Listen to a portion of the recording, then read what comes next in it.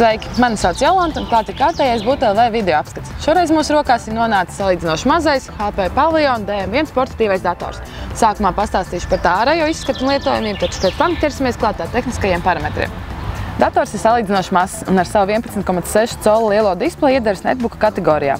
Gandrīz viss tā korpuss ir veidots no pelēkas un melnas plasmasas, kas šķiet kvalitatīvi, taču varētu viegli padoties skrāpējumiem. Valks ir melnā krāsā, taču uz tā ir saskatāms neuzkrītošs, taču pievilcīgs raksts. Vāka apakšējā kreisajā stūrī ir no metāla veidots HP logo. Patīkam, ka vāka tumšās krāsas dēļ uz tā gandrīz nebūs pamanām pirkstu nospiedumu, lai arī tas ir veidots no glancētas plasmasas. Atverot datoru, skatam paveras diezgan pievilcīga melna klaviatūra un skārienjutīgais panelis, kas gan mums nešķita īpaši ērts.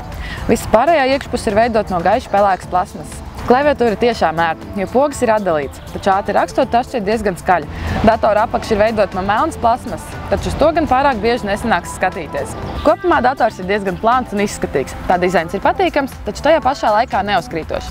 Par dizainu esmu īsumā pastāstījuši. Tagad laiks ķerties klāt tehniskākiem parametriem. Un pirmais, ko lietotājs ierauga paņemot rokās datoru, ir stāvnos novietotās izejas un ieejas. Ar tām arī sāksim. Labajā sānā atrodas SD vai MMC atmiņas karšu ligzda. Tālāk ir atrodama austiņu pieslēgvieta un 2 USB porti. Pēc tiem seko VGA video izeja un nedaudz noslēpta tīkla pieslēgvieta. Aizmugurē nekādas pieslēgvietas nav, jo tur atrodas izņemama baterija.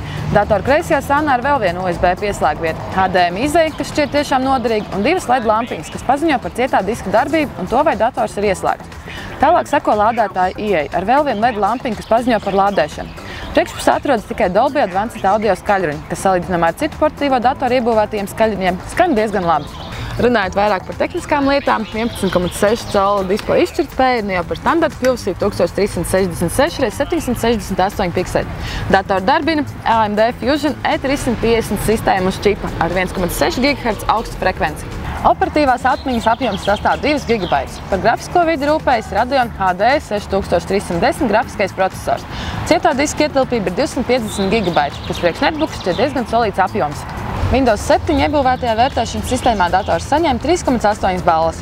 Pēc vienas uzlādes reizes dators spēja darboties līdz pat 6 stundām. Abi iepriekš minētie rādītāji gan nav īpaši augsti, taču pietiekami priekš netbooka. Kopumā varam secināt, ka dators ir diezgan izskatīgs un arī pietiekami jaudīgs priekš savas klases. Tas gan nav paredzēts spēļu spēlēšanai vai kādu citu jaudīgāku programmu darbināšanai, taču tas lieliski tiek galā ar vienkāršākiem uzdevumiem, tādiem kā sērfošana internetā, mūzikas klausīšanos, kā arī video skatīšanos.